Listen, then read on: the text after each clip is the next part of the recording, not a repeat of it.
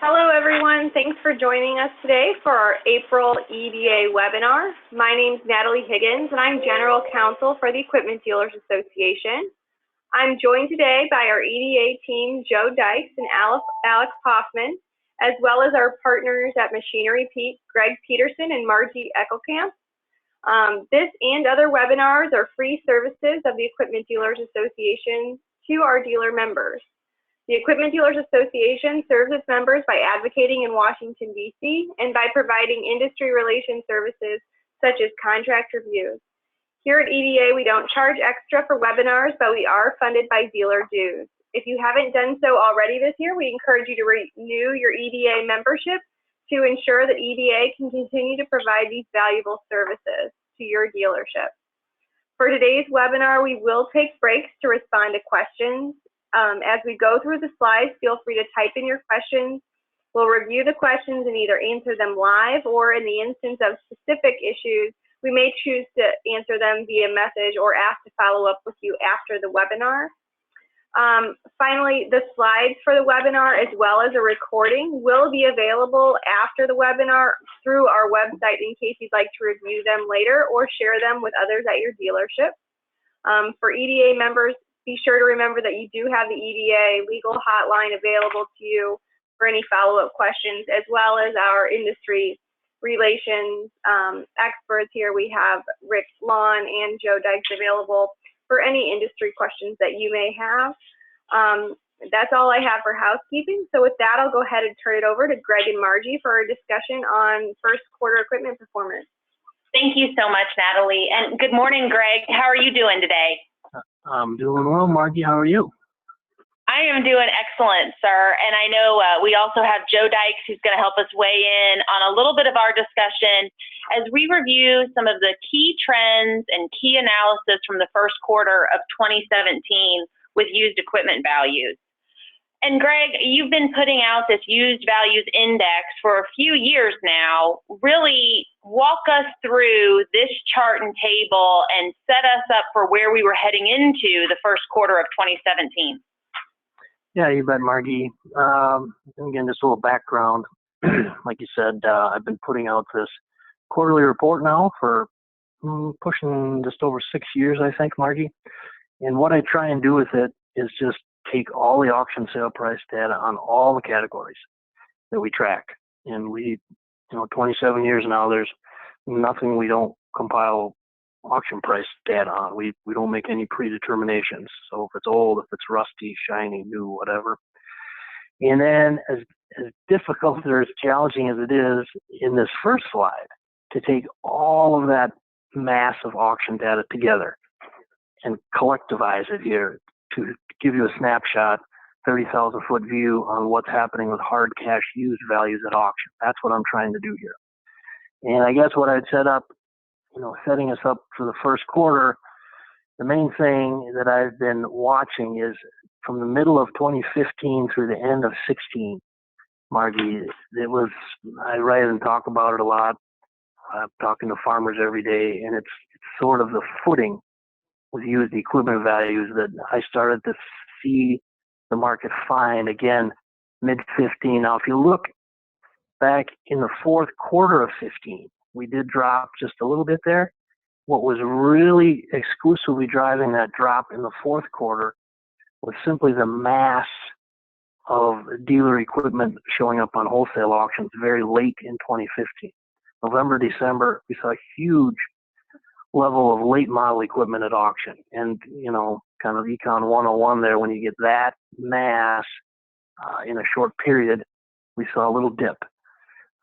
We went into 2016, and a little jump to start 2016. And then the only reason in third quarter that we had just that little dip, what we were starting to see was so many farmers, a little financial stress, taking one or two pieces to a lot of times the online auction or the regional consignment sale, and, just to free up cash. And a lot of that equipment tended to be kind of average to rough condition. And so the auction prices, it's really been cutting along condition, Margie. So the rough stuff, those values are falling a little bit. That was reflected in that little dip, third quarter 16. But then beginning the first week of November 16, it was really an amazing kind of transformation. We started to see stronger auction prices across the board throughout North America. And so that was the key thing, the fourth quarter, that really was the biggest jump in used values I'd seen since first quarter of 13. And then the question as we rolled into first quarter 2017 was that just an end of the year bump for a lot of different reasons, the big soybean yields, the election attitude bump, would it hold? And as you can see here, the rating actually went up just even a little bit further first quarter. And frankly, Margie, I'm surprised. Given the realities we're faced with, we're 4 years into this period of lower commodity prices and more profit pressure. And everywhere I go, and you guys know it, it's just reality, there's kind of understandably negative chatter from the farm community. They're under stress. But again, for 27 plus years now, all I do, it's very simple. Chatter doesn't mean anything. What matters is the checkbook reality. What did that item sell for today, hard cash, in this area? And again, early 2017 values crept up a little bit. And Greg, historically, March has kind of been a pivot point as we head into spring planting. What did we see in March of 2017? Well, that's right, Margie. That's a great point to bring up because, again, I'm so old, I've been doing this so long now, over a quarter of a century. But what our data, auction price data, would historically show was that when we would hit about March 10th, outside of the period back from 2008 to early 13, when there was so much money flowing through ag, used values were high throughout the year. What we used to see, the historical pattern, was about March 10th, March 15th, used values, auction prices would soften. And what tended to happen, and that's when you get a lot of pre-planting auctions, again, sales get jammed together at the same time, becomes a little bit of a supply issue, plus all the folks that have purchased since the end of harvest, they already have what they need. And this year, I really thought we would see that pattern again. But in fact, again, it surprises me. This is why I prefer not to predict. I like to report what happened today. But we saw the opposite. And actually, the last 10 days of March across the board, and particularly on large late model equipment, which we all know has been, an issue with softening values. But gosh, and it's carried right through the first 3.5 weeks of April, Margie. Good used equipment, again, if it's good condition, it's the prices they're holding to trending up a little bit. Hey, Greg, this is Joe. I just kind of echo that. I think it's fairly encouraging, especially the first quarter numbers too. Just looking back at the index over the last, 15 years, whatever, back to 2003, more often than not, that first quarter is going to be lower than the previous quarter, the fourth quarter of the previous year. And I think probably only 4 years, 5, including this one, where the number is even higher. Right. Well, that's worth it, certainly. Yeah, that's a great point, Joe. The fourth quarter historically, until the previous 2 years, had been kind of always the strongest quarter. Year end, farmers looking, tax write-off, that whole thing. That obviously was a force that got stronger over the previous decade. And again, to see a first quarter jump after a strong fourth quarter was terrific. And when I look at this slide that you have on the screen now, what I look at is look where we are now, first quarter, and tie it back to mid-2015. Okay, that's the footing I'm talking about. We're holding. We're not crashing further down. Now, what we have to remember is we did crash, the biggest used equipment value drop I've ever seen, and I'm quite sure we'll ever see, from basically April of 13 until summer of 15. And I think that fact gets lost, particularly when farmers I talk to around the country, they'll come up to me, hey, Machinery Pete, things must really be tough. Well, I just report. Again, here's what we're seeing.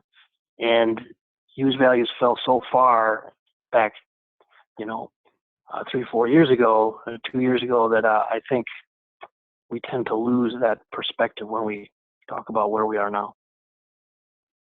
So Greg, a couple other key drivers that we should touch on before we dig into individual categories.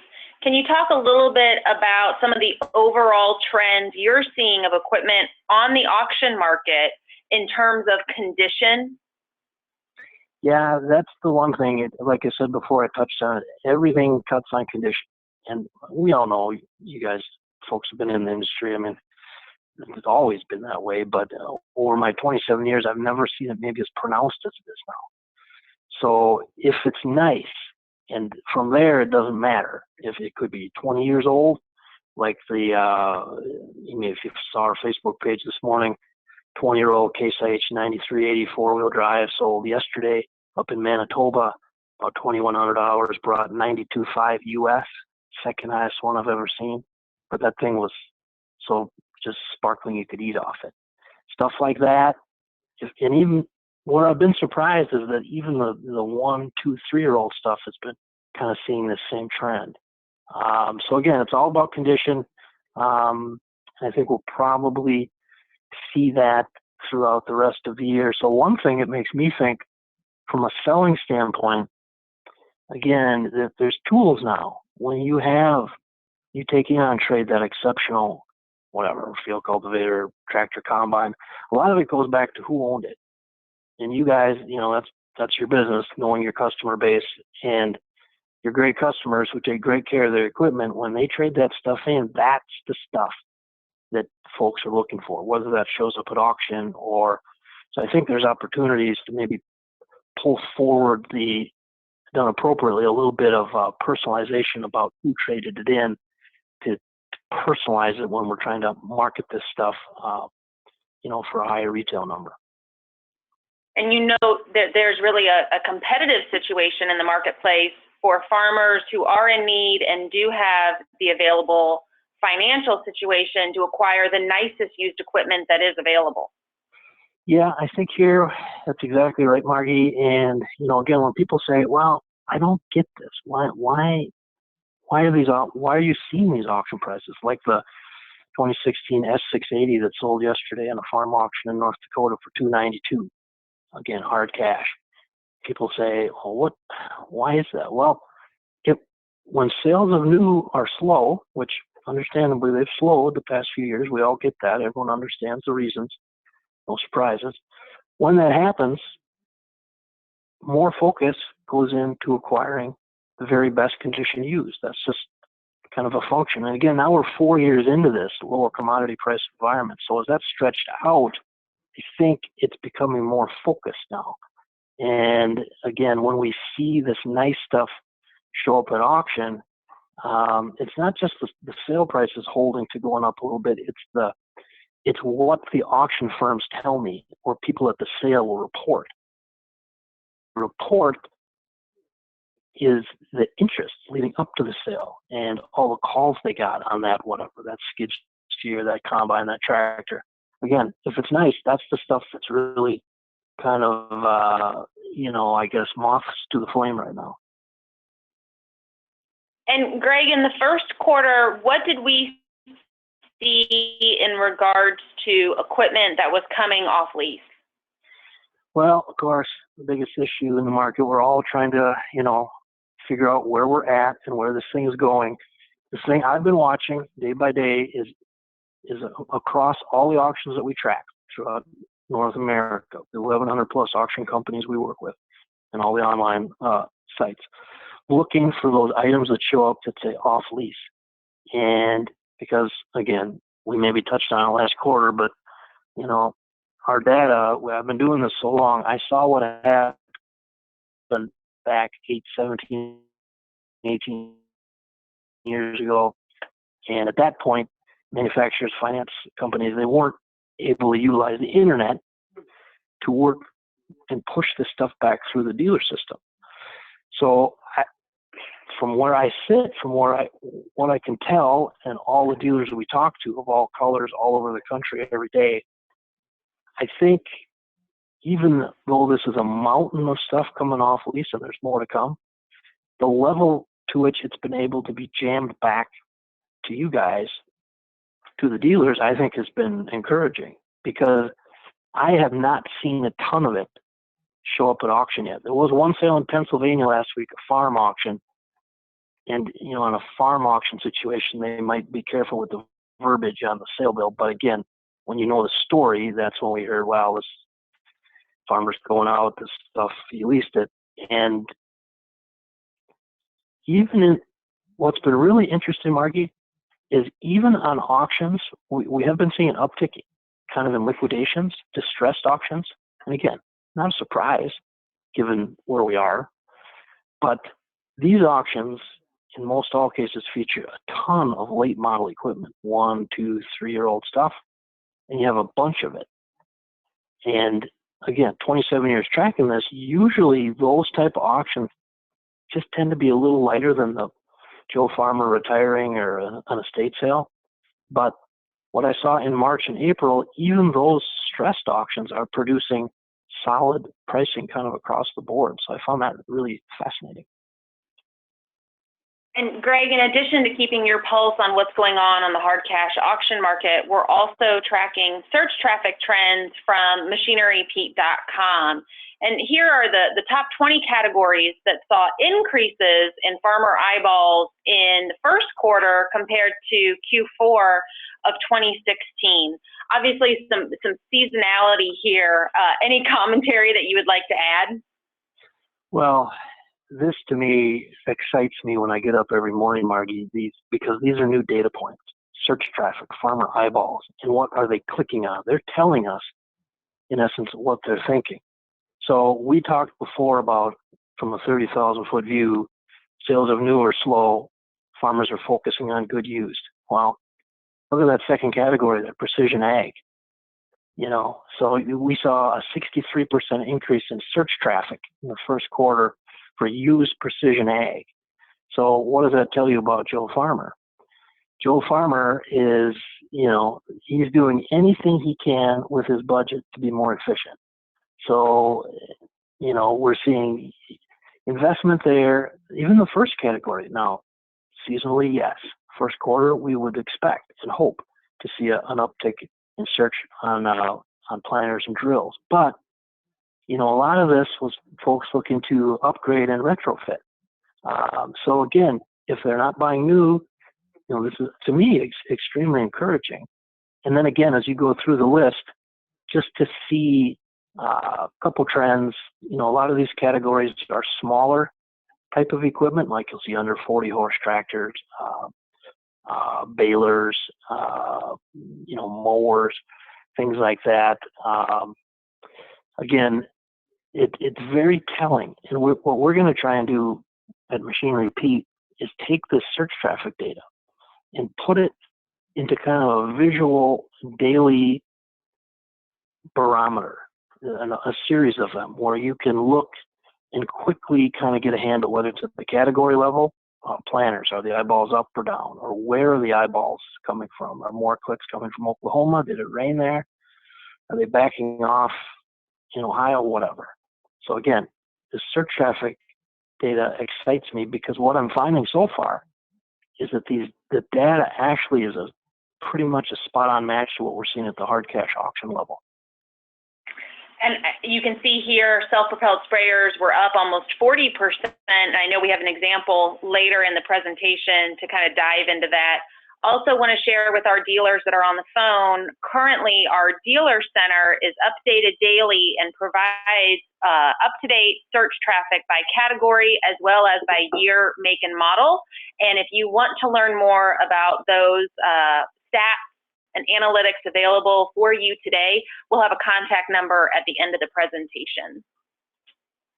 So Greg, let's start diving into our categories here, and let's talk about four-wheel drive tractors. You're actually seeing that overall trends trended upward in the first quarter. Yeah, actually the last two quarters, Margie, not a huge jump, but just a little bit. And to provide some context, when you're looking at these index ratings, so you'll see the number 6.6. Okay, now this is actually pretty interesting because when I started this 6 years ago, what I did, I don't know spreadsheets and all that crap. I don't know how to make Wall Street reports, but I know what I know, and I wanted to make this simple. So it's just a 1 to 10 rating scale. And I started out and said 6.0 over my, at that time, 21 years. I said, that's what I call normal or stable. Now, you guys know, everyone who's listening, there is no normal or stable with use values. There just isn't. And that's, so I threw that in as a buoy. And I found it interesting, I think it was maybe 9 months ago, one of the major OEMs had a comment, they're getting hammered from the analysts on Wall Street, whatever. And they sort of indicated that things were kind of normalizing at a normal level, and they got hammered for it. And I read that and thought, that's exactly what I'm seeing. So 6.6 here again, it's up just a teeny bit last 2 quarters. Frankly, it would be a little bit higher, except for all the farmers taking that 1 or 2 pieces to the wholesale auction where we do see lighter pricing on the average condition stuff. The good condition 4-wheel drive tractors, again, like that 9380 yesterday, 92.5, that's just dynamite. We do have a few examples to walk through here, Greg. Here's a Versatile that actually sold up in Saskatchewan. Yeah, and again, look at the date. So March 30th, again, typically a period when we start to see softening. And I mean, this is a new tractor. Now, this one slightly unusual with the Versatile, with their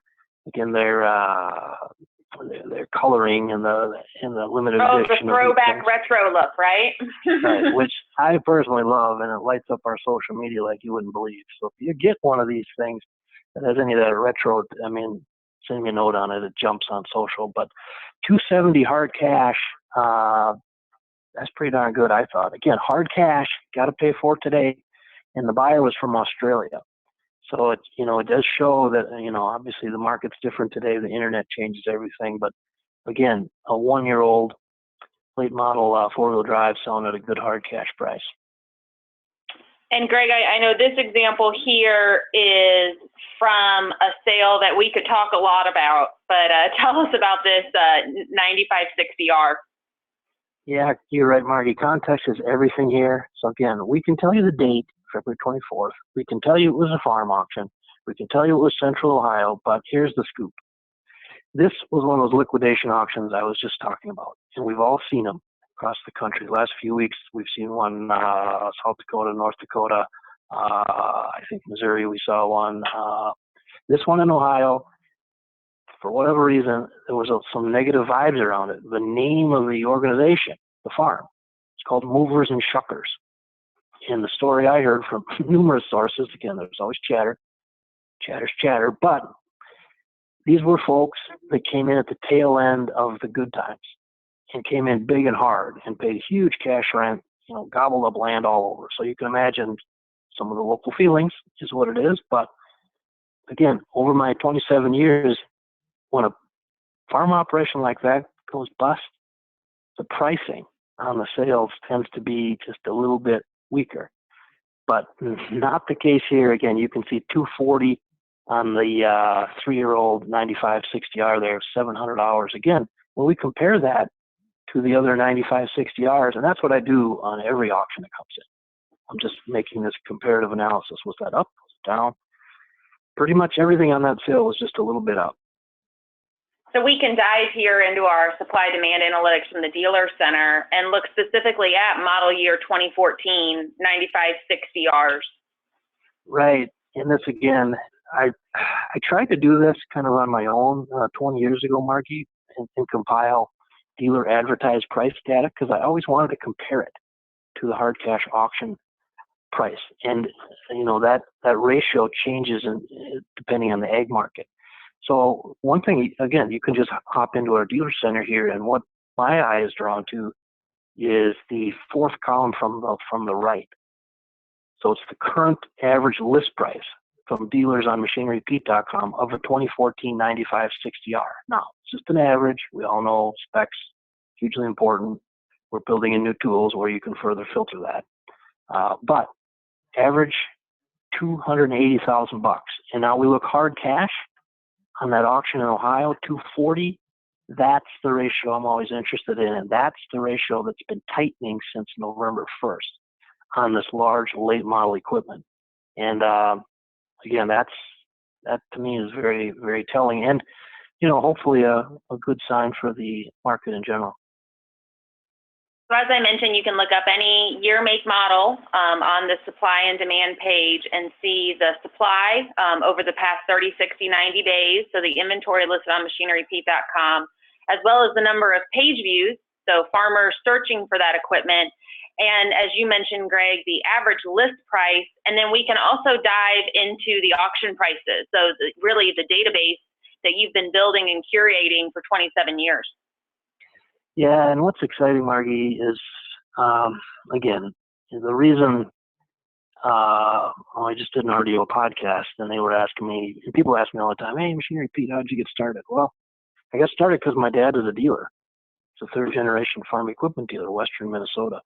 And, there was a need then, as in now, for better information for you folks to make more informed decisions because, there isn't a better business in the world, but there isn't a tougher business in the world. And if we can give you better info, and so the cool thing with this dealer center is to put it all in one place.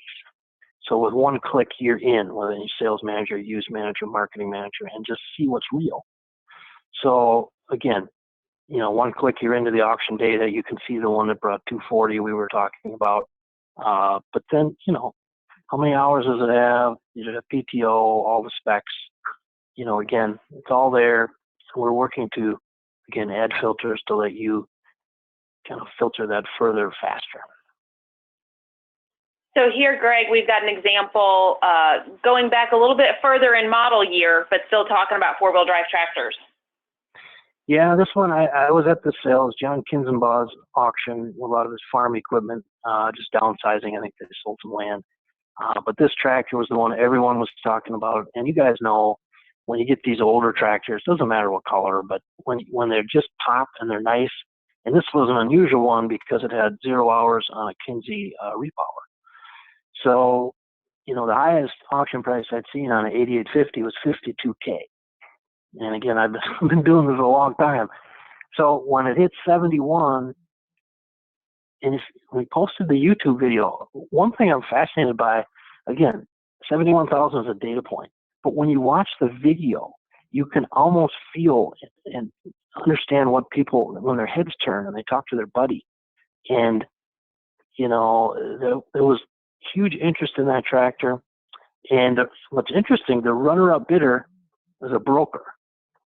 So this is not a case of two farmers, in love with it. There was a buyer and seller there, and he was runner-up at 70,000. So shows you the interest for the very best use condition stuff out there, regardless of age. So let's step down in horsepower, Greg, and talk about row crop tractors, really that 200 plus horsepower segment. Yeah, end of March, even a little bigger lift than the four-wheel drives, Margie. And again, look at the last 2 quarters up, a couple notches each time. So, and we've been level for 5 quarters previous. So, again, we're creeping towards 7 on my 1 to 10 scale, and I guess I was thinking more we kind of hold flat in that 6.3, 6.4 range, but I just try to reflect what we're seeing, and for the good condition stuff, prices were creeping up. So here's an example calling in that ratio that you really like to pay attention to in analyzing, finding footing in the market. Yeah, and 2 other points here to go right on top of what you said, Margie, is 1, the date, March 30th, and 2, the location. We're in West Central Texas. And again, 27 years covering data, and again, it is what it is.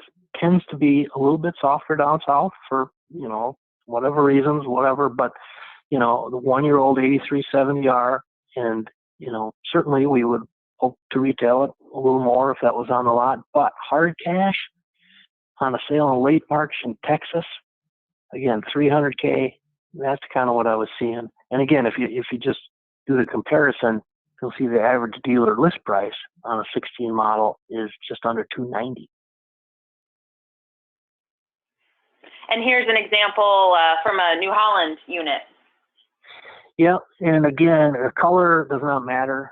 These trends we're talking about are color agnostic. So, this again was a liquidation type farm auction, some stressful situation, March 8th, close to me, Southeast Minnesota. Again, brought 82.5 with those hours, and again, just a little bit above the average going rate of the last 8, which was just over 75. And here we've got 2 tractors, both sold in Iowa.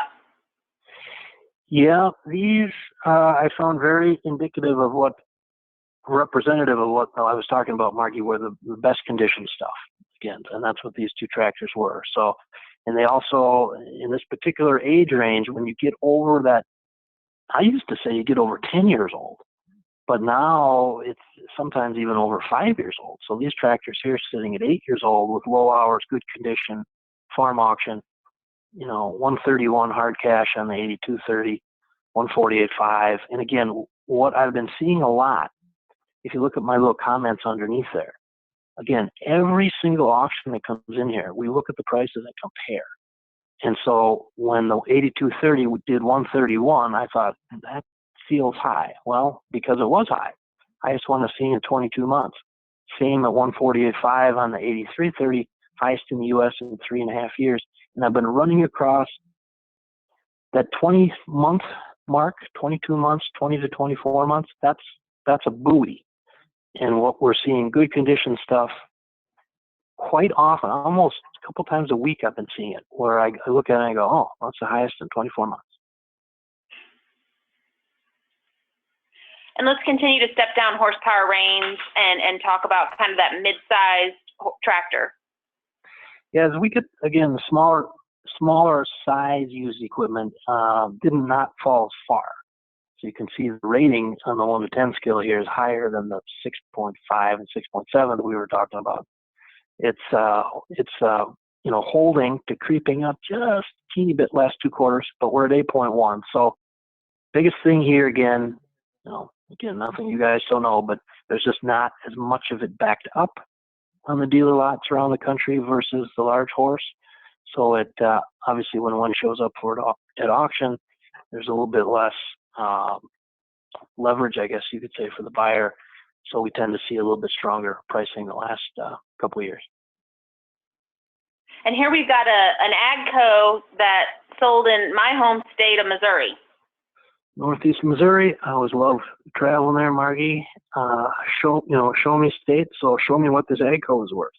And, again, we point out these trends, whether they're challengers. I think we maybe have a Kubota slide coming up. They've done great. But again, it's all about condition. And this AGCO RT 135 with 4,100 hours, decent hours, 12 years old, not ridiculously low, but was well kept. And that, again, 49,000, what I compare that to are the other RT 135s, what they've been bringing with a loader. And again, that's trending just a little bit above what I would have thought that tractor would go for. And then here's an interesting example. Greg, I think you and I have talked about this tractor more than a handful of times. An online auction, but the unit was out in Idaho. Yeah, and again, the date, March 23rd, online auction. And again, the geography has been fascinating, Margie. I'm seeing this trend sort of all over. And again, here you are in southern Idaho, and we've got a 3-year-old 6170R with low hours, no loader. Now, the highest I'd ever seen was 126, and this one brought 138.6. So, when we write about that and talk about it, people will say, wow, that's crazy. Hey, none of that matters. The only thing that matters is this thing was up for sale. That's what it brought, 138.6. And again, indicative of sort of what we're seeing for that nicest stuff out there. So let's wrap up tractors and talk about those low horsepower units under 100 horsepower. Yeah, even a little bit higher here. Or again, if you guys, your dealerships, if you have, whatever exposure to the smaller horse tractors, the lawn and garden, I mean, this, that it's been pretty good. And it's, our buyers maybe have a little acreage, probably got a raise on their job last 1.5 years or so. So whether it's at auction, which we represent here, or slightly rising prices, and historically the highest level I've seen, 8.4. And if we could go back to that first slide, or second or third, you'd see the search traffic on the, I think, Margie, you had parsed it out, 40 horse and under, and then 40 to 100. And both of those categories in first quarter saw some of the biggest search increases that we've seen. So again, eyeballs are there, strong auction prices are there. And here we call out the search traffic to machinerypete.com and where the volume is. Yeah, this was interesting timing here because, again, Kubota, we've been seeing really, really solid auction pricing for 18 months plus now when the good condition ones show up at auction wherever, even particularly in the South. But on the right, one of them, I think it was like 2 weeks ago, I think, Margie, where we look every week, and I think the most clicked model tractor on machinerypete.com that week was this John Deere, I think it's a 1025R. And the same week, I was just outside of Milwaukee. We were filming for U.S. Farm Report with Reister and Schnell, 12-store John Deere dealer over there. We were walking through the shop, and they had that model sitting there. And their sales manager was there, and I said, wow, we've been seeing a lot of traffic. And he started laughing. He goes, we can't keep these in. We're just selling them right and left. Now, their business, they're 25%, I think, lawn and garden, small horse. So again, the eyeballs are there, and the auction prices have been pretty solid. And I think, Greg, you and I were talking about some of that search traffic data, and I was digging through and noticed that March had an all-time high for manure spreader traffic. So just another fun little tidbit. Yeah. Yes, that's always interesting, writing and talking about manure spreaders. I love it.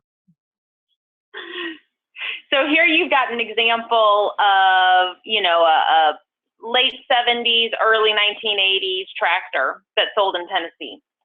Yeah, I remember here, again, one of our biggest points we made early on, Margie, it's all about condition. Well, that's certainly at play here. Again, the auction was down south, central Tennessee, end of March. But you got this 2840, and you can see it visually looks good. And on the ground truth was it was a good tractor. So it goes 10.5, no loader. And again, you can see our average auction price last year, just over 6,300. And then again, to combine with another data point, the feedback from farmers at the sale.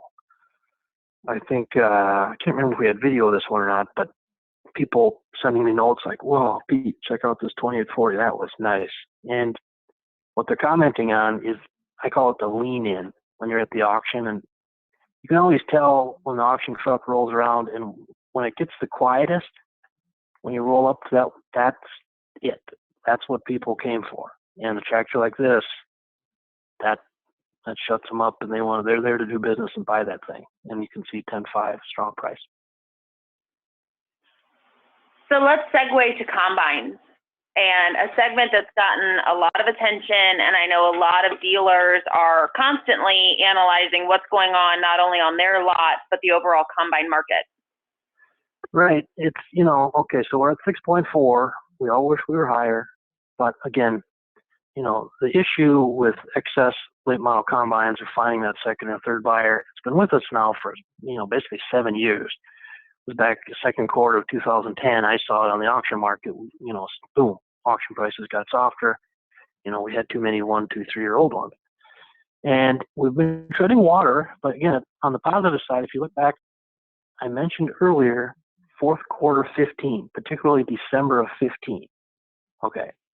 The reason that dropped there was there were so many dealer auctions and dealers taking to online and wholesale and consignment auctions end of 2015 to get, to try to get this thing turned around and get rid of some of that excess. Since then, you can look, that's been a positive story. And in fact, right now today, if I had to do the second quarter index for combines, Margie, it would be slightly up yet again. And I referenced it earlier. There was a sale yesterday, Eastern North Dakota. It was unfortunately a farm estate sale, but it was a 1-year-old S680. I think 723 engine hours, went 292. And that's on top of last week, up in Manitoba. I blogged about this. Actually, I think we had a video of it. A farm auction, again, unfortunate situation, but it's 3 unused New Holland CR 990s. Okay, now a couple things there. When you sell 3 unused items at auction, that's a tough task. And Ritchie had that sale, and they do a great job marketing, but it's even tough for them with all their eyeballs. You got to sell 3 of them. And, you know, then it was a New Holland combine, which great machine, just a little more exposure to price ups and downs based on geography and where the strong dealers are. But those 3 combines, hard cash, I thought sold great. I think one was, when you convert it into US, one was 343,700, something like that. The other 2, and these were with 15-foot heads, but the other 2 were like 327. So again, nice combines, even late model ones. You know, I'm not seeing them crash lower. I'm seeing them tick up just a teeny bit.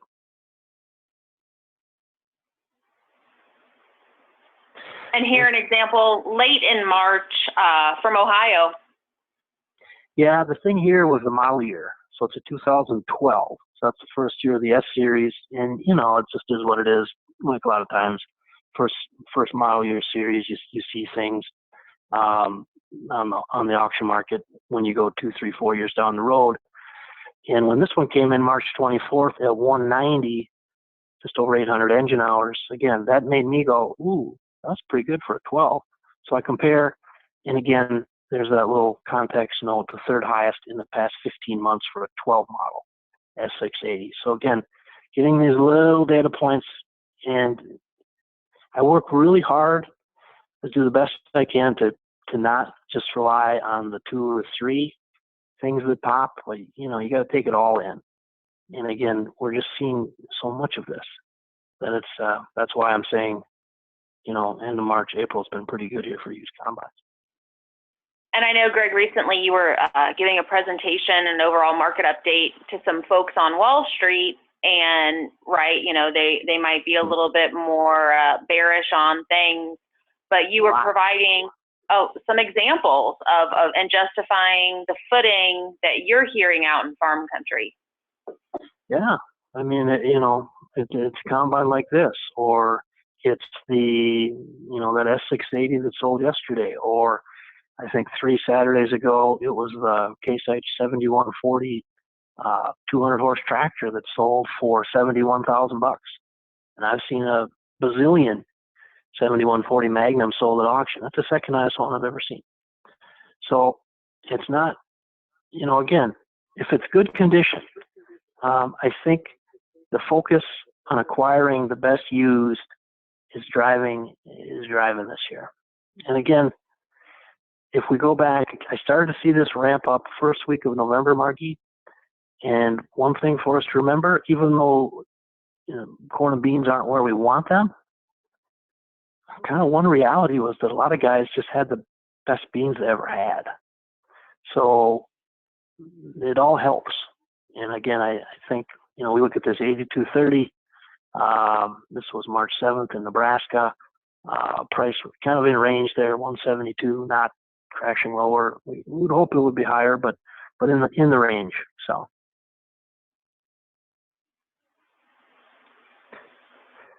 And this one, yeah, I was just going to say, here, Margie, this is we've been seeing this a lot.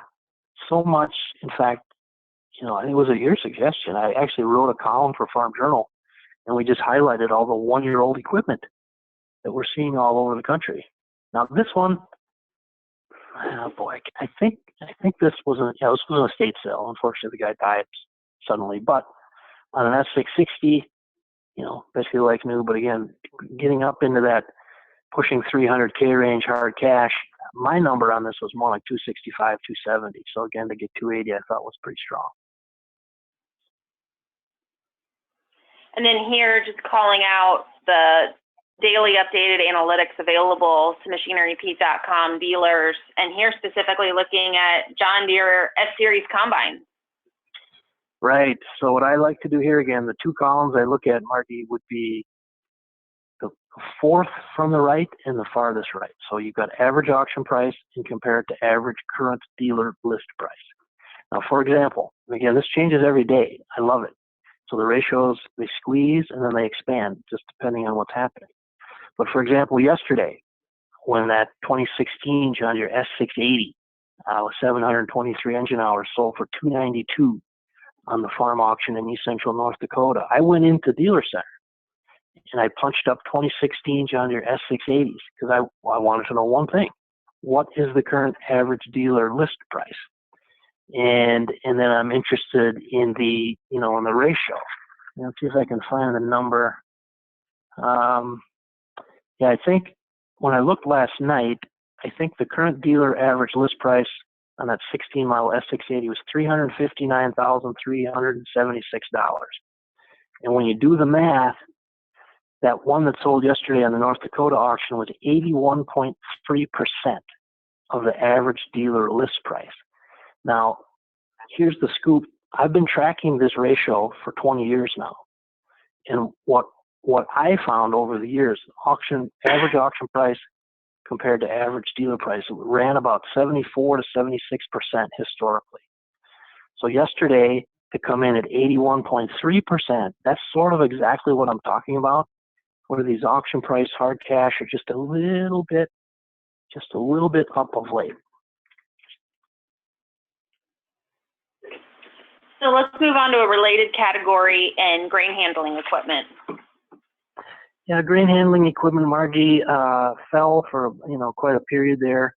You can see even through 15 into early 16, we were seeing kind of the big grain carts in particular were softer at auction. But again, a little bit of footing last year and just ticked up ever so slightly the past 2 quarters, kind of mirroring what we're seeing with the big horse tractors actually. And here we've got an example of a high-capacity cart out of South Dakota. Yeah, this was, again, in South Dakota, and this was on one of those auctions, unfortunately, sort of a humongous farm reorganization type sale, whatever you want to call it, but ton of big late model equipment. And again, $60K on a 7-year-old Balzer grain cart like this.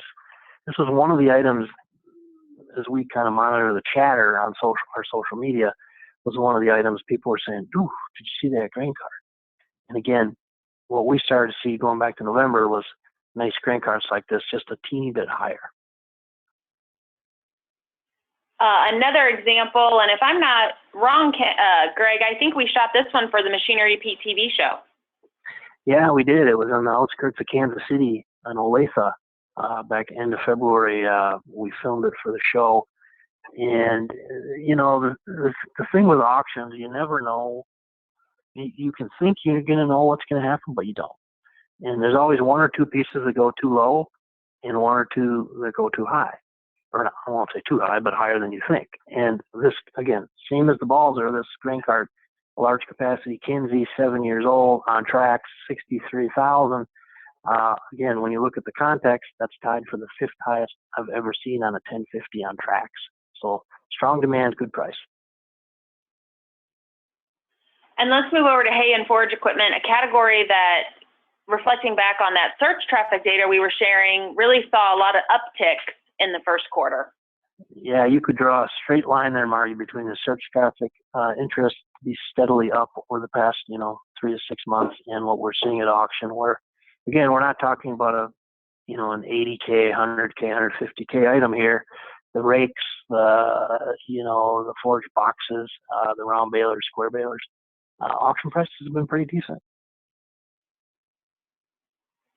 And here was, again, we talked geography and different types of auctions, which that's another thing we really, in fact, every single auction price in our website, we tell you what kind of auction it's sold at because that's so important. So this was an online auction from Central Washington. And this one was interesting from a context purposes because it's 15 years old. And obviously, to find a Stinger 4400, you don't see them every day, which can work both ways when you sell it at auction. Sometimes it's like, oh, it sells for like nothing because nobody knows. But, this one, 88,000 plus, well, brand new 15 years ago, was 135. So there were some folks that wanted it and they were ready to bid that day. Online, I guess. So Greg, let's talk about tillage, a category that seems to be kind of continuing to march down a little bit every quarter. Yeah, I'm wondering if we're at the first point of footing. I don't know, but you're right, Margie. If we look back to, basically second quarter 14, we've just been dripping slower or lower, and it's particularly focused on the large stuff, the 50, 60 foot field cultivators and the big discs, the vertical till. Again, the large stuff has been a little bit weaker, whereas the smaller size stuff, when it shows up at auction, has been a little bit stronger. So if I could parse this category out based on size, the smaller stuff under 35 foot would probably be 7.5. The big stuff would be more in the low to mid 6 range.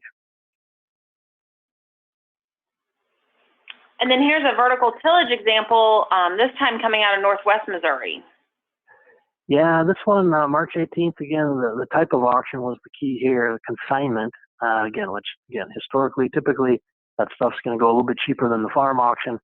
But I know the seller of this one was very excited. The auction firm sent me a note immediately. He's like, wow, Machinery Pete, we got 40,000 out of this thing. And again, just a little more than they were expecting going in. And so hopefully that's what we're maybe starting to see the first signs of, like some kind of footing here with good use, larger tillage. So planting and seeding equipment, another category a lot of dealers are monitoring closely, both what's on their lot, on their neighbor's lot, and what's going on in the overall market. Yeah, and the thing here, Margie, is in the fourth quarter of 16, planters were the number one thing that popped. We were seeing stronger pricing. And again, kind of took me by surprise. I mean, even on the larger, I'm not saying we were seeing record prices or anything, but just a little more competitive bidding. So whether it was the folks looking to, buy that used planter and then, retrofit it, whatever, we were just seeing a little bit higher pricing end of the year. And I was curious, the first quarter, again, you would think, and you can see we basically held. So we didn't go further higher, but, just as positive, we didn't drop back down again. So hopefully we're coming off the mat here and, got a ways to go. That there's a lot of them out there for sure. This example from a wholesale auction gives us maybe a little bit of inclination that there's still some challenges though. Right. And again, you can look at the number, 115,000, and so it's the same as always. That you can look at that and say, oh my gosh, obviously we wish that was higher. But from where I'm sitting, tracking this stuff, what it brings hard cash at auction, that 115 to me was like, it could have been worse, basically. So there's, again, we're just working through here. But again, the last 4 to 6 months, maybe a little ray of sunshine. We'll just have to see how it plays out here now, rest of 2017, I guess. So let's shift gears, Greg. Let's give some good news. Let's talk about some self-propelled sprayers and a definite uptick in the market in the first quarter. Yeah, biggest jump I saw first quarter, Margie, even a little bigger than the fourth quarter jump with planters. And it was, again, we were seeing the data points at auction all across the country. And interestingly, this is why I love being in communication with dealers, whether it's through our dealer talk or these type webinars or a lot of the filming we do for our TV stuff. But we're getting numerous dealers telling us, ground truthing, just telling us, wow, our sales of new have taken off and we're really moving the used ones. So it was definitely a little uptick here. Again, we're still not even up over 6, but look back where we were in 15 and late 15, we were kind of threatening to get down to 5. So it's definitely been better. And Greg, this is another one of those units that you and I have talked about. I think we've talked about this one maybe 20 times. And if you could sum up the quarter in one picture, I think you'd probably pick this sprayer, right? Yeah, because it's surprising. And we actually have a YouTube video on it. And again, you can look at the data point. It brought 317.5. You can look at the data point, the average dealer list price on a 16 model R40 45 is, 329.6.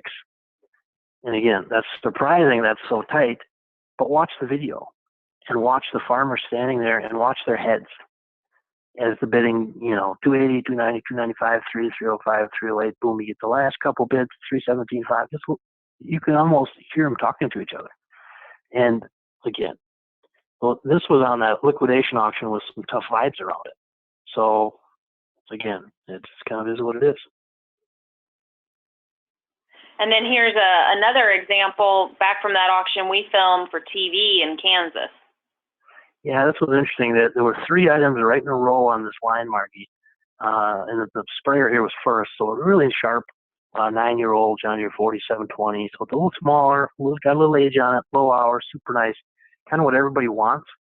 And this was one of the items people left the auction going back to the pickup. They were like, "Ooh, what'd you think of that what'd you think of that sprayer, Pete?" Well, I think that was a pretty good price, 103. There was a ton of interest in it. And the next 2 items down the line, I think, were the 2 combines, which I found fascinating because they had I think it was a 08 or 09 9670, and then they had a S660. And they weren't quite equipped like the guys wanted them, but the heat was on the 9670, and that one sold above, quite a bit above. And the S670 or the S660, now that one had more hours on it. Wasn't quite equipped right. So again, based on condition, wasn't quite what guys wanted, and that was soft. But right next to it, you had an older, nice combine. Guys paid big for that. And I know late in 2016, early in 2017, you traveled and saw a lot of dealers, and included in that group was our friends at Landmark, and you guys were talking about self-propelled sprayers. Well, it's so much fun for me. Again, I'm the son of a 3rd-generation dealer, so I grew up in the business, and to go out and talk to you guys is and put the spotlight on you with U.S. Farm Report or Machinery PTV, and just talk machinery with you to our farm audience. It's so much fun. And Troy and the crew there at Landmark, they're fantastic, and they just said sprayer sales have been great, and that was on the heels of a number of other dealers we talked to indicating the same thing. So again, we like to get the ground truth from you guys, whether that's up or down, whatever. And then again, just kind of weave that with the auction pricing we're seeing and the search data. So looking forward to the second quarter, and we're already almost done with April, what are you thinking in regards to values of these top of mind categories? Well, I'll qualify this, Margie, and to say the only reason we have this slide is because this is a report, in a lot of cases for the Wall Street community, and they deal in looking ahead. I don't claim, I've never claimed to be any type of magician where I'm going to tell anybody in the ag space, oh, tractor values are going up or down. I again, report on what happened today. But it's my best guess based on all the data and reading the tea leaves. And again, I will say first quarter, okay, that's what happened. Up slightly, hold, up. That was better than I thought. My estimate on the second quarter, and again, I did this, I think April 1st. So part of this is historically the second quarter is weak for auction pricing because you had the winter rush, the spring auction rush. Now everyone plants, and we're in waiting mode to see how the year is. But I'm saying up because this force we're seeing with sprayers. And again, I mentioned earlier the combines actually the first 3 weeks of April have been up slightly. And you'd probably get up slightly out of the 4-wheel drives, tractors as well. So the market, these used pricing, the auction pricing, again, since November has just been good condition stuff. It's been a little bit better than I thought it would be, basically. Well, Greg, thank you so much for providing your expertise today. I know all of us at Machinery Pete are really grateful to Joe and Natalie and everybody at EDA for this partnership and being able to talk with their members. Real quickly, want to give contact information for both the team at EDA as well as us at Machinery Pete. For any dealers looking to learn more about the business intelligence that we're providing, both regarding analytics on dealer listings and farmer trends, please call us. We also provide a full suite of multi-marketing solutions to help put your listings in front of dealers. And with that, if I could ask Alex or Natalie to give instructions on how folks can get a playback of this webinar or share it with any of their team members. Sure thing. All of our registrants today, will get an email probably late this evening or early tomorrow.